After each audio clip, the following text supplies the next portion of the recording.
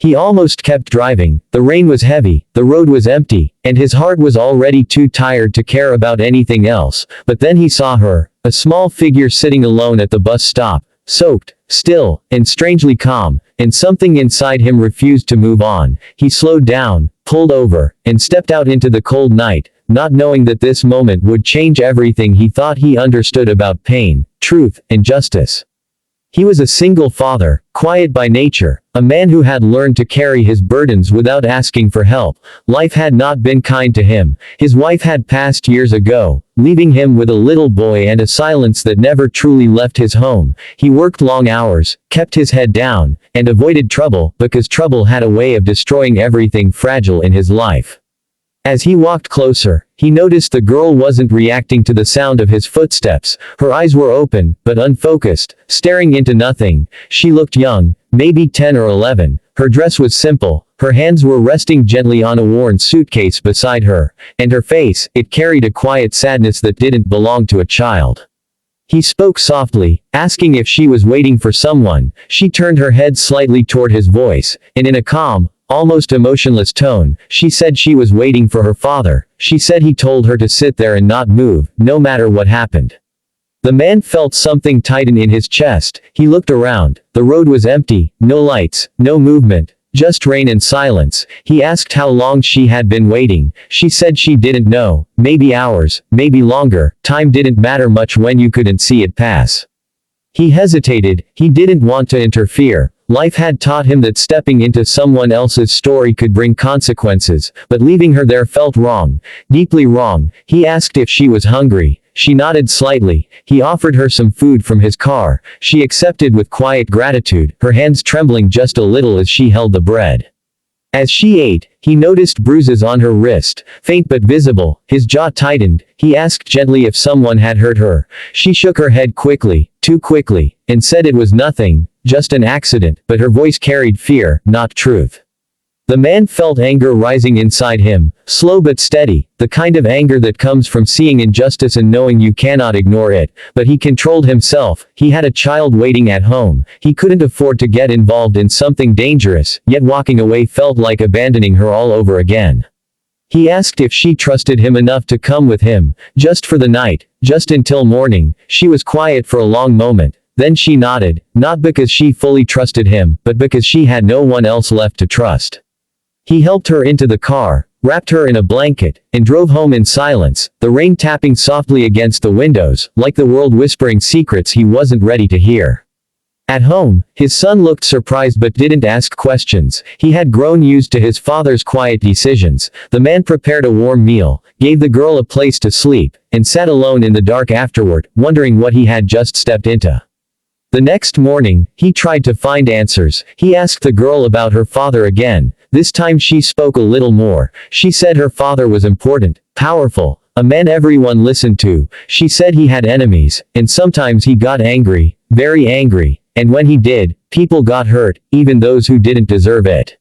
The man felt a chill run through him. This wasn't just abandonment. This was something darker, something dangerous. He asked for a name. She whispered it, and the moment he heard it, his heart sank. The name belonged to a man everyone in the city knew, a wealthy businessman, respected in public, feared in private, a man with connections, influence, and a reputation that kept people silent, the kind of man no one dared to challenge.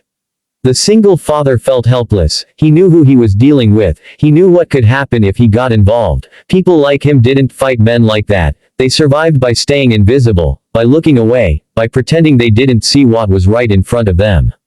Days passed. The girl stayed with him. She was quiet, polite, almost invisible. She helped around the house, played gently with his son, and never complained. But at night, he could hear her crying softly, trying not to be heard, and each time, it broke something inside him. He thought about taking her to the authorities, but deep down, he knew it wouldn't be that simple. Powerful people had ways of twisting the truth, of making victims disappear, of turning justice into a joke.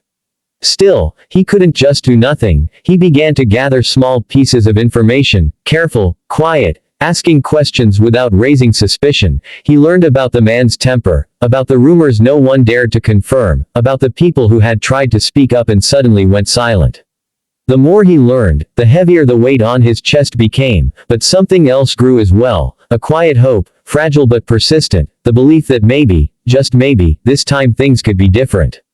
He decided to be patient, to wait for the right moment, to protect the girl without exposing her too soon. He kept her hidden, enrolled her in a small local school under a different name, gave her a chance to feel like a child again, even if just for a little while. Weeks turned into months, and slowly, the girl began to change. Her voice became softer, warmer, her smiles more real. She started to trust, not completely, but enough to let her guard down. And in those moments, the man realized how much she had lost, how much had been taken from her by someone who should have protected her. Then one evening, everything changed. A black car stopped outside his house, and men in suits stepped out, their presence cold and deliberate. The powerful man had finally found them.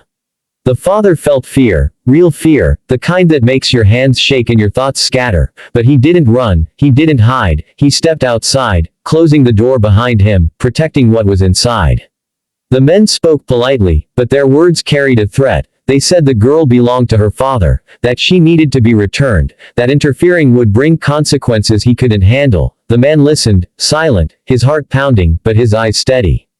For a moment, it felt like everything would collapse, like the powerful would once again take what they wanted without consequence, but then something unexpected happened. Neighbors began to gather, quietly at first, then more openly, people who had watched, who had heard, who had been afraid, but were no longer willing to stay silent.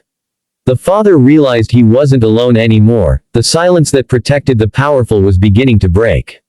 Someone called the authorities, but this time, it was different. Evidence had been collected, voices were ready to speak, and the truth, long buried, started to rise to the surface. The powerful man arrived himself, his presence commanding, his voice cold and controlled. He tried to assert his authority, to dismiss everything as lies, but the crowd didn't move, the father didn't step back, and for the first time, the man's confidence faltered.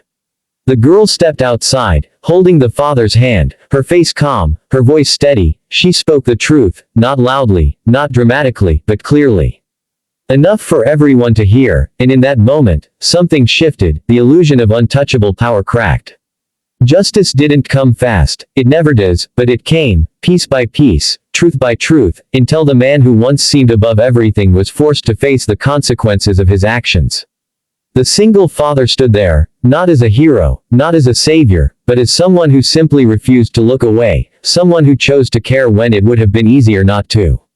And as the rain finally stopped, and the sky slowly cleared, he looked at the girl, now safe, now free, and for the first time in a long time, he felt something he thought he had lost forever, peace.